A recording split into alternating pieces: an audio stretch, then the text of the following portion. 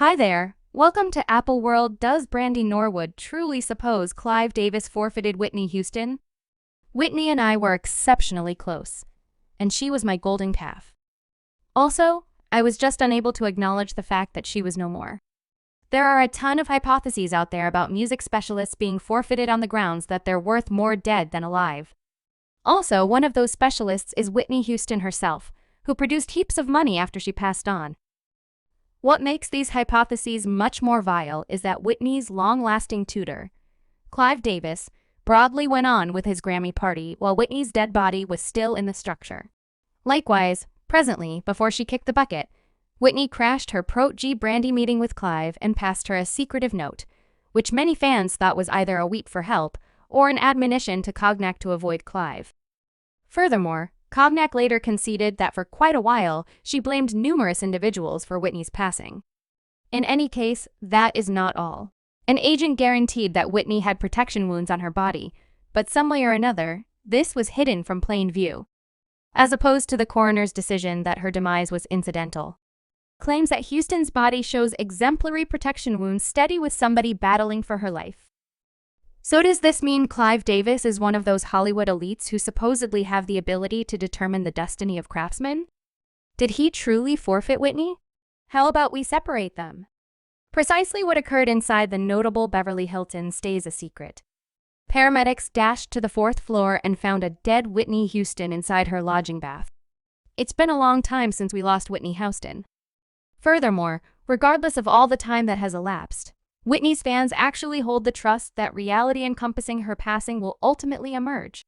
Furthermore, not just fans feel somewhat uncertain about the authority story of Whitney's passing, but also her companions and partners, including Liquor Norwood. Innumerable fear-inspired notions have arisen throughout the long term about Whitney's last days, with the most famous one embroiling her tutor, Clive Davis. To give you some unique circumstances, Whitney passed on February 11, 2012, the very day she was set to perform at the Clive Davis pre-Grammys party at the Beverly Hilton Inn in Beverly Hills. Unfortunately, only a couple of hours before the planned occasion, Whitney's collaborator found her lethargic in the lodging bath. The associate previously called Whitney's guardian, and afterward the paramedics showed up at the lodging around 3:30 p.m. Yet, in spite of their earnest attempts, it was at that point past the point of no return. Furthermore, at 3:55 p.m., Whitney Houston was formally declared dead. We are making it known this evening out of Los Angeles.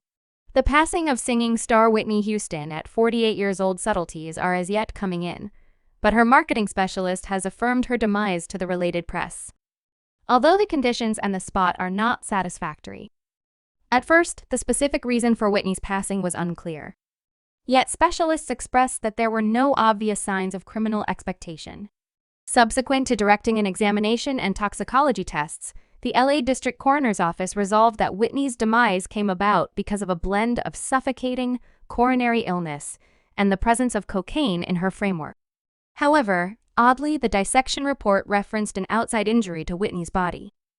But the coroner presumed that no proof of treachery had been found. In the interim, Whitney's fans became progressively dubious about the whole circumstance, and their interest developed significantly after they discovered that Whitney's tutor, Clive Davis, went on with his pre-Grammy party at the Beverly Hilton after he learned of Whitney's passings. So while Whitney's dormant body was a couple of floors above them, Clive and different big names kept moving and celebrating in the meal room as though nothing had occurred. Fans truly made some extreme memories getting a handle on this, since it appeared to be upsetting to such an extent that this large number of individuals were celebrating while Whitney's dead body was still in the structure. Clive Davis later attempted to legitimize his choice by guaranteeing that the party was recognized. Whitney would have needed it too. The Grammys were the following evening. You don't drop, you transform a night into recognition. Nonetheless, a significant number of Whitney's fans and companions voiced their dissatisfaction with regards to Clive's activities, saying that his choice to hold the party was very discourteous. One of Whitney's long-lasting companions, Chaka Khan, communicated areas of strength for her according to Clive's choice and called it madness. Furthermore, as per Chaka Khan, Clive's choice was really something contrary to what Whitney would have needed. I felt that was the end of the craziness. Furthermore, Knowing Whitney, I don't really accept that she would have said the show should go on. She's the sort of lady who says, quit everything. Ugh, I won't be there. Chaka Khan additionally pummeled Clive for saying the party was implied as a recognition for Whitney, since it essentially had neither rhyme nor reason that somebody who professed to resemble a mentor to Whitney could keep celebrating in a similar structure where her body was found. A genuine recognition. You know, it could have been a more genuine or more legit recognition in my mind.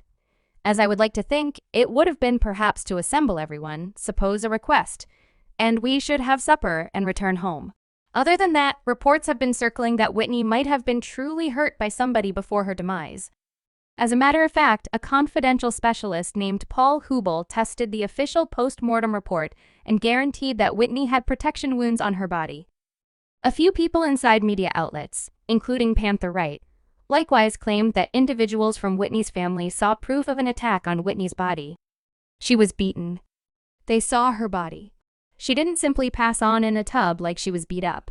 What's more, when Whitney's protege and dear companion, Liquor, approached, she expressed that for quite a while, she blamed others for Whitney's passing.